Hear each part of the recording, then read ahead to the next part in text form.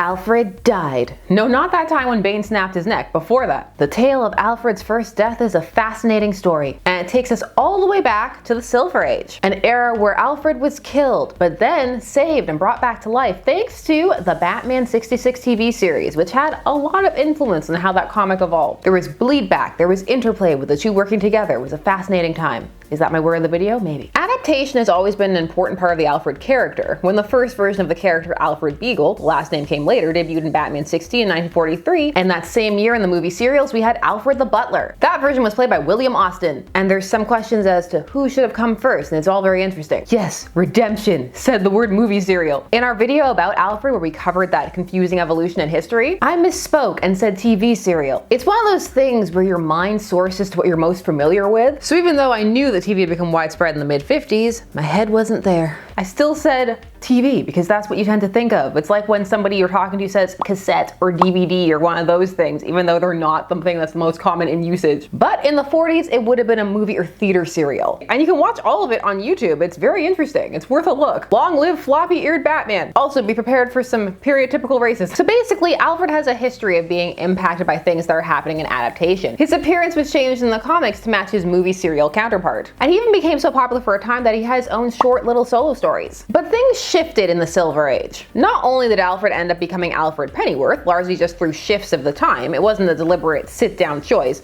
but over time, and as the Earth split and it was eventually officially stated that Earths 1 and 2 had different Alfreds, it became a fascinating case of a very smooth evolution. The canon just kind of flows and it makes sense. Check out the video we did on it. So while Alfred was popular, he wasn't as used in the early Silver Age. And when Julius Schwartz took over as Batman editor, he ended up killing him off. It wasn't a mission on the same level of how he removed Kathy and Betty Kane, who he had a very strong distaste for. He's even talked about disliking them and finding them silly and out of date. Instead, he details his decision to kill Alfred thusly. I'm Sasha, this is Casually Comics, and let's talk about it. Let's go back. We've got quotes. I love quotes. Now we can blame some of this on Wortham, like many things, and his book, Seduction of the Innocent, and the role that played in the hearings and the pall of depravity he cast over comics, encouraging people to read into them, searching for deviancy, which he insisted abounded. He was sometimes right, but highly suspect, incredibly skewing what was going on, lots of false credentials and puffing himself up. After the comics thing, he went after baseball. Just some people just want to tear things down. They want to watch the world burn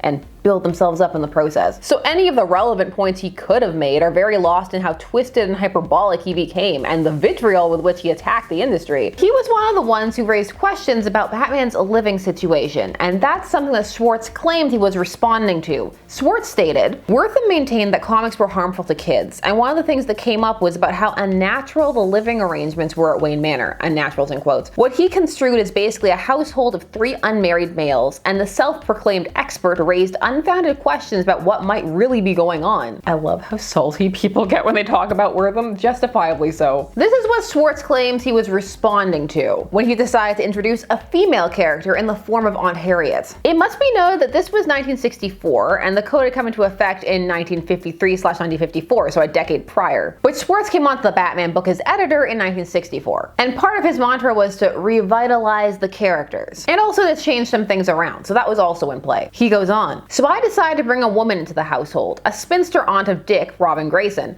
who could possibly be seen as sort of a chaperoning den mother, because nothing has ever happened when there's a chaperone around. It's foolproof. And to provide an excuse for this, I decided that I would have Alfred the Butler killed off. Now, I probably could have brought a woman into the mix some other way, a marriage, a sister, another ward or something, but honestly the first idea that crossed my mind was to kill off Alfred. And as was usual for me, my first inclination always seemed to be the best way to go. If you want to read more about that, it's all in Schwartz's autobiography, Man of Two Worlds, which is an interesting read. And it's got so many quotes. So when did this killing off happen? In Detective Comics 328, released in 1964, written by Bill Finger, one of Alfred's creators, with art by Sheldon Moldoff and inks Joe Giella. The story is Gotham's gang lineup and it has a great cover. The gun twirl is a nice touch. To Bruce Wayne and Dick Grayson, Alfred is more than their butler, for he is also a loyal friend entrusted with the confidential knowledge that they are also Batman and Robin. As guardian of such a top secret, Alfred must always be ready to prove worthy of such a great trust, as he demonstrates when he braves danger and death in order to help Batman and Robin condemned to an underworld doom under the pitiless lights of the Gotham gang lineup. So we start off with Alfred in the Batcave, seemingly lighting something on fire, when a message comes down to the answering machine, or or as he phrases it, the phone tape recorder. Afterward, Alfred listens to that urgent police alert. "We've received a tip from the informer that the Tri-State Gang is meeting somewhere in Gotham City. Investigate." That is important. Swiftly, Alfred consults the Batcave's thorough crime file. "Paul Party, that alliteration needs some work. Party's our only lead. I better get what information I can so that Batman will have less to investigate upon his return." Alfred's whole deal since inception was trying to help Batman and Robin, and in the Golden Age he went about that a bit aggressively with some shenanigans, but over time it was becoming a bit more or a bit less comic reliefy. As someone expertly pointed out in the comments of the video about Golden Age Alfred evolved in such a way that he stopped being the butt of the joke and started being the person making the jokes. And that's very cool for him. But regardless of what era it was, Alfred going off on his own would often lead to him getting into some trouble. Now when Batman and Robin get back, Alfred is still gone, and he should have been back, so they go out to look for him. And he's left them a trail with infrared chemicals, and so they follow it to the old Gotham prison. And maybe that's where the Tri-State Gang's hanging out. Now the prison was rigged with traps that cast the dynamic duo, and they do actually get placed in a gang lineup as payback for all those times the gangsters had to be placed in them. The cover actually happened, yay! So whichever criminal has the best case for why Batman wronged them gets to be the winner and then gets to execute him and Robin. What a prize! The person who wins wasn't directly wronged, but gets the prize because his brother went to prison, and that gives him bonus points.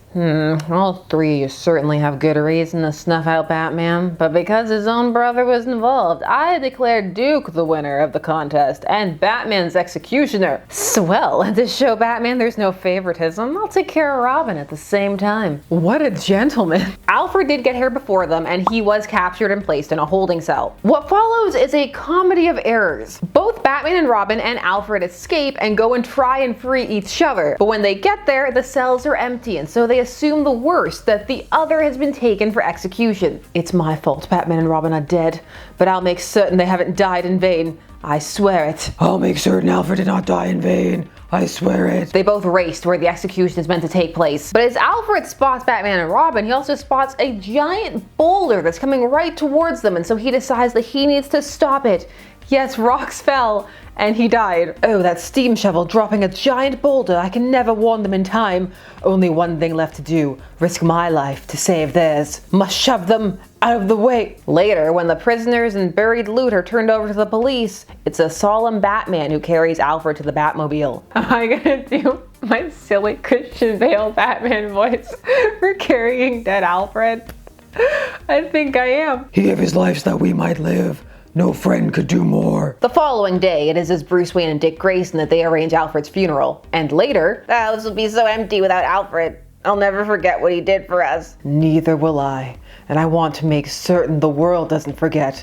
Alfred deserves a fine tribute, a memorial. Days later, Bruce Wayne finally decides upon a fitting memorial to a brave man. There it is, a model of the building that will bear his name, the Alfred Foundation, a charitable organization that will contribute to the betterment of all mankind. That's nice, and it does contradict the narrative that Bruce never did anything good with his money aside from funnel into being Batman. He does try and improve the infrastructure and systemic things going on in Gotham. However, he should also be a bit more specific. Where's the money going? Can we see the filings? What are you donating to? Betterment in what way? I need more details. That was all very touching, but it's undercut by the next panel. Someone at the front door. I wonder who it could be at this hour. Dick, my poor little nephew. Aunt Harriet? When I heard of Alfred's death, I knew you'd need somebody to take care of you. So I've decided to look after you both. When you heard about Alfred's death, when his parents died, that was fine. He didn't need anybody then. But Aunt Harriet, you youngsters are so helpless. You'll need someone to see to it that you take care of your health. Youngsters? But I'm a grown man. She could have come earlier. This is odder than 3 unmarried men living in a house together. Her just showing up out of nowhere. You're here for that sweet Wayne money, aren't you? Well, too bad. It's going to charity. Unless you try to kill Bruce, because you're not going to romance him. He only likes women who make him question his ethics and mission. And like Alfred before, she just moves in. And so Alfred was replaced in the very issue he died. He gets a hero's death, and there were some varied reactions to it. While some really didn't like it, some were okay with it, some liked it. There are letters. I'm going to read some to you.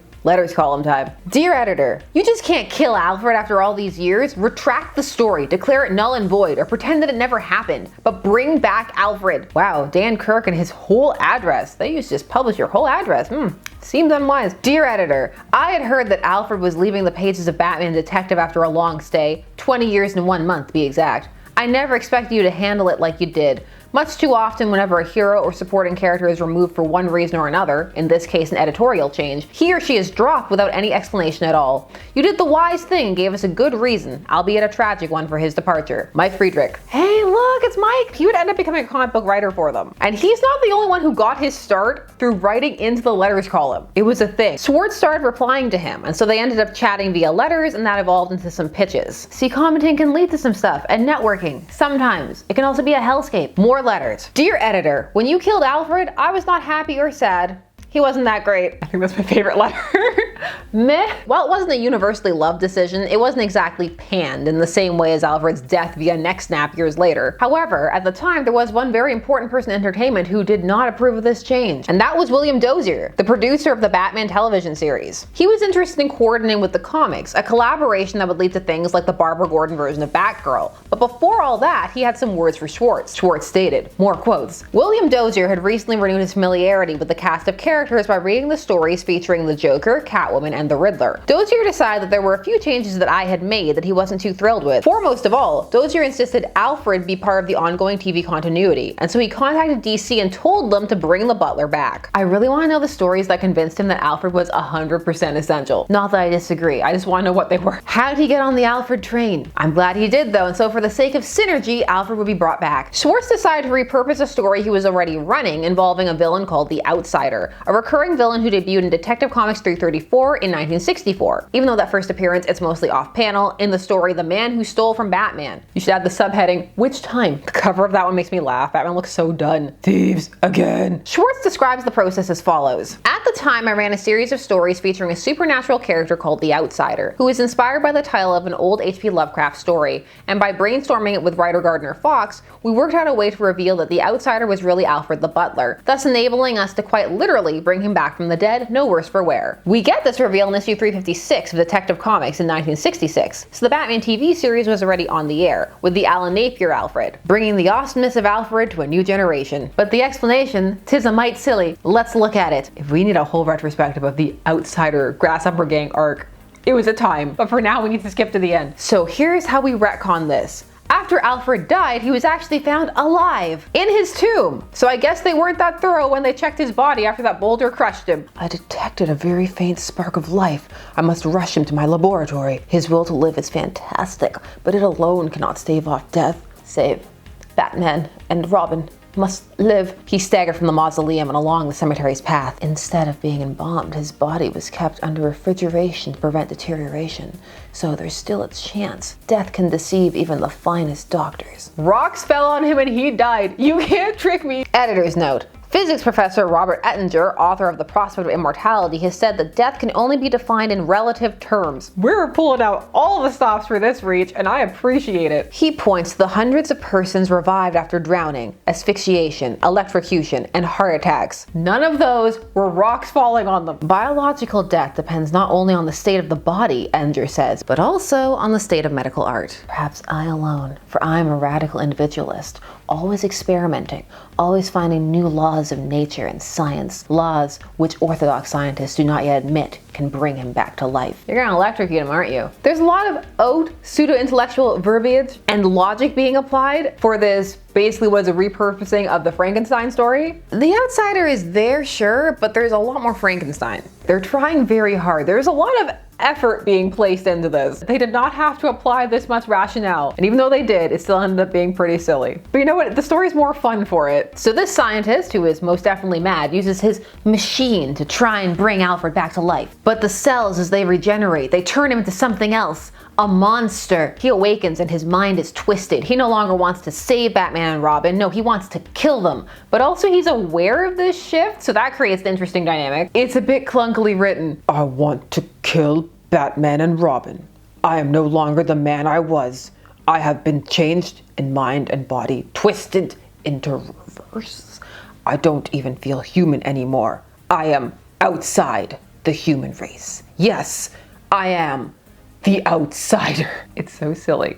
I love it. I'm not saying it's good, I'm saying it's entertaining. So while this experiment was going on, it backfired also onto the scientist who found himself transformed into a duplicate of Alfred so that they could put that body back into the tomb and so we could retroactively try and make everything make sense. There's no reason for it other than that. It's to make the plot happen. So Brandon Crawford, this scientist, transformed to look like Alfred, goes into the tomb. This outsider goes off and starts the crime spree against Batman and Robin. And by the end of the story, Batman ends up knocking the outsider into the machine, he reverts into Alfred, and all of it comes out. They also revert Brandon Crawford, and the Alfred Memorial Foundation is changed to the Wayne Foundation. What a wonderfully silly origin for an important part of Batman lore. And so Alfred returns, and Aunt Harriet gets to stay for the moment, because she was also on the TV series, even though she was much sillier, that's my word in the video, on the TV series than in the comic. But the problem's fixed. It's not 3 dudes living in a house with no dames.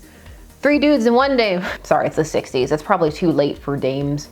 Chicks. And so Alfred was back, huzzah! It's not exactly bleed back like the instance with the movie serials, but it is adaptation influencing the comics, in my opinion for the better. Harriet is no Alfred. And that's not to say there's anything wrong with Aunt Harriet, it's just not the same. It's not the same dynamic, it's not the same energy, and just the way that it's all orchestrated doesn't have that same level of fun as the way Alfred was introduced and what he came to mean to the Batfamily. It's fine. We can't all be as cool as Alfred. And that wasn't even his final form. For how they try to incorporate this and bring it all together, it does work. It is a little silly, but it accomplishes its goal, which is to get Alfred back. They did put effort into it, and that is noted and appreciated. It does its best to rewrite a death that was meant to be permanent in a fun, plausible, in quotes, manner. And while it fails on the latter, it delivers on the former. Alfred's first death is very much a blip and has largely been forgotten. But it's a very interesting moment in the behind-the-scenes minutia that led to it, and everything, they're worth exploring. Time of recording, Alfred is still MIA. Hopefully he returns. And may it be as ludicrous and fun as The Outsider. Did you know about any of this? Do you want that Outsider video? Do you want an Aunt Harriet video? Do you disagree entirely and think this was just too silly, not fun, just